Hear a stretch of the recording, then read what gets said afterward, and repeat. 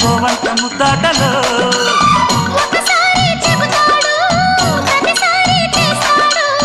అంటూనే చీపాడు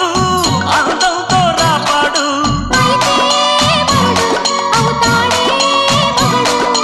అసలే